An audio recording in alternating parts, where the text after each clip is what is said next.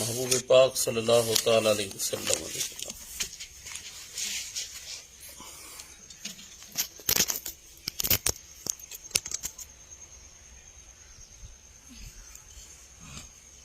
حدیث پاک دو جڑے لفظ نے جس کے اندر رب سونا ارشاد فرماتا ہے، پہلے لفظ یہ نہیں کہ اللہ تعالیٰ فرماتا ہے کہ میں ظلم حرام کیتا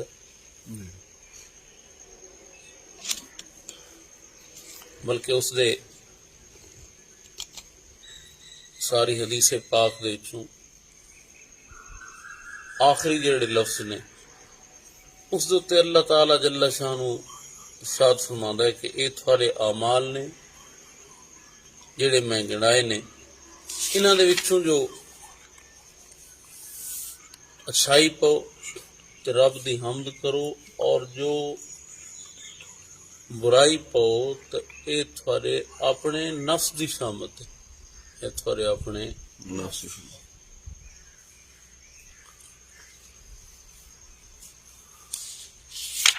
اللہ تبارک و تعالی معاف فرمائے،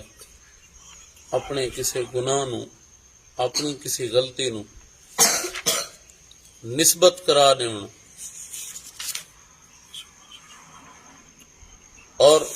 وہ نسبت بھی اللہ تعالی معاف فرمائے رسول اللہ صلی اللہ تعالی علیہ وسلم حضور تے صحابہ دی طرف یا کسی ہور دی طرف آکھنا کہ اے جی فلاں کردے رہن، فلاں کردے رہن۔ کوئی بھی تھوڑے گناہ ہوئے، کوئی غلطی ہوئے تے اس غلطی نو بجائے من کے تے رب تعالی جل شانہ دی بارگاہ دے وچوں معافی منگن دے، بندہ جو ہے وہ دلیلیں اور تعویلیں بناتا پھرے کہ وہ جی فلاں فلاں فلاں میرے پاس جو ہے وہ دلیل ہے جس کی وجہ سے یہ گناہ جو ہے وہ کیا جا سکتا ہے، یہ غلطی کی جا سکتی ہے، تو ایسا کہنے والا جو ہے وہ فاسق فاجر تو ہے ہی صحیح، ساتھ ساتھ جو ہے فاسق فاجر ہونے کے ساتھ ساتھ اس کی خباثت جو ہے وہ اس حد تک بڑھ چکی ہے کہ وہ اپنی خطاؤں کی تعویلیں بنا کے اپنی خطاؤں کی جو خاص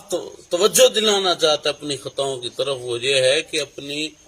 ناجائز حرکتوں کو جائز قرار دینے کی کوشش کر رہا ہے، اور گناہ جو ہے وہ تب تک گناہ رہتا ہے جب تک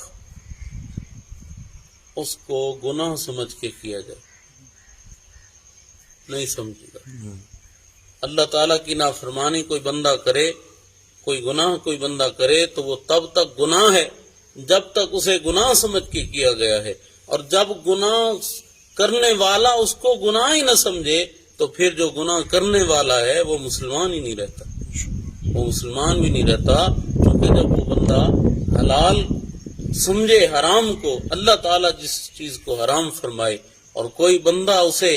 حرام نہ سمجھے اور اس کا ارتکاب کرے، اس کا مرتکب ہو جائے تو وہ بندہ دائرہ اسلام سے خارج ہو جائے گا۔ تو اس لیے اس بات کو سمجھیں کہ کوئی بھی غلطی ہو، کوئی بھی خطا ہو بندے سے اگر ہو جائے تو وہ گناہ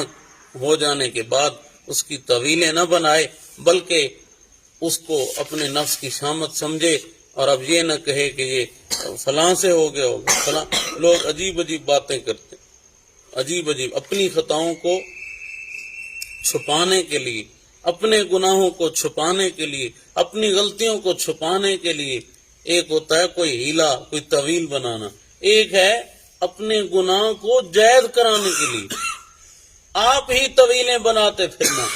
تو اللہ تعالیٰ جل شانہ ایسی باتوں سے محفوظ فرمائے۔ اللہ تعالیٰ جل شانہ نے ہمارے لیے عبرت بنایا ہے حضرت موسیٰ علیہ السلام کی قوم کو، بنی اسرائیل میں نہیں، 70,000 بنی اسرائیلی جو ہیں وہ بندر بن گئے۔ رب فرماتا ہے ہم نے، رب تعالیٰ نے اس طرح فرمایا کونوا قردۃ خاسئین، ہو جاؤ بندر دھتکارے ہوئے۔ بات کیا تھی؟ انہوں نے گناہ کو ایک ہیلے کے ساتھ کیا، گناہ جو ہے ایک ہیلے کے ساتھ کیا، جس چیز کو رب نے حرام کیا اس کا ارتکاب کیا، اور ارتکاب کس طرح کیا؟ رب نے فرمایا ہفتے کے دن شکار نہیں کرنا انہوں نے، اور وہ کرتے ہفتے کے دن نہیں تھے، بلکہ ہفتے کے دن وہ پانی کی چھوٹی چھوٹی نالیاں سی بنا لیتے جن میں پانی آتا تو مچھلیاں بھی آ جاتی، پکڑتے نہیں تھے ہفتے کو. یہ بات یاد رکھیں، وہ پکڑتے نہیں تھے، پکڑتے اتوار کو تھے، لیکن راستہ بنایا، ایک ہیلا بنایا گناہ کے لیے. اللہ تعالیٰ جل شانہ کو یہ بات پسند نہیں آئی. رب تعالیٰ نے حکم فرمایا اس طرح کونوں کے ردتن خاصین، تو ہو گئے وہ بندر 70,000. اور پھر بندہ جو ہے وہ کوئی گناہ کرے اور گناہ میں تعویلیں کرے، اپنے گناہ کو حلال کرنے کی کوشش کرے، اپنی جو خطا ہو چکی ہے بجائے اس کے کہ معافی مانگ لیتا رب تعالیٰ کی بارگاہ میں، اور پھر اتنی عظیم ہستیوں کی طرف، یعنی کوئی محبوب پاک صلی اللہ تعالی علیہ وسلم، حضور کے صحابہ، حضور کے اہل بیت، ان کے ساتھ نسبت کرنے کی کوشش کرے کہ وہ فلاں نے یہ کام کیا تھا، میں بھی اسی لیے کرتا ہوں. اللہ تعالیٰ اپنے محبوب کا صدقہ ہمیں سمجھ عطا فرمائے. اب کئی باتیں ہیں اس طرح کی. مثال کے طور پر کچھ لوگ وہ ہیں جو کہتے ہیں کہ جی وہ حضرت ویسے کرنی رضی اللہ تعالیٰ، آپ نے جی اپنے دانت شہید کیے تھے سارے، تو اس لیے جناب یہ کام جو ہے آپ کی سنت ہے کہ حضور کی تکلیف سنی نا، سارے دانت شہید کر دی. اب یہ بات ہے ہی نہیں، یہ بات نبی کریم صلی اللہ تعالی علیہ وسلم کا جو دانت شہید ہونا ہے، پہلے تو اس پر کچھ بات ہے، اور پھر حضرت ویسے کرنی رضی اللہ عنہ نے دانت اپنا جو ہے وہ حضور کا ایک شہید ہوا، انہوں نے سارے شہید کی. وہ جی کہہ رہے تھے کہ پتہ نہیں یہ شہید ہوا ہے کہ پتہ نہیں یہ سارے شہید کر دی. بالکل نہیں ایسی بات. کئی باتیں ایسی ہیں جس طرح وہ کچھ لوگ کہتے ہیں جی کہ حضرت خواجہ معین الدین چشتی اجمیری، آپ وہ ڈھولکی لے کے ہندوؤں کے وہ مندر میں چلے گئے ان کو مسلمان کرنے کے لیے، تو اس کے ساتھ آپ نے لوگوں کو مسلمان کیا. بالکل نہیں ہے، آپ کی کسی بھی کتاب میں نہیں ہے یہ بات. تو اس طرح اپنی کسی بات کو جو ہے وہ منوانے کے لیے یا اپنی کسی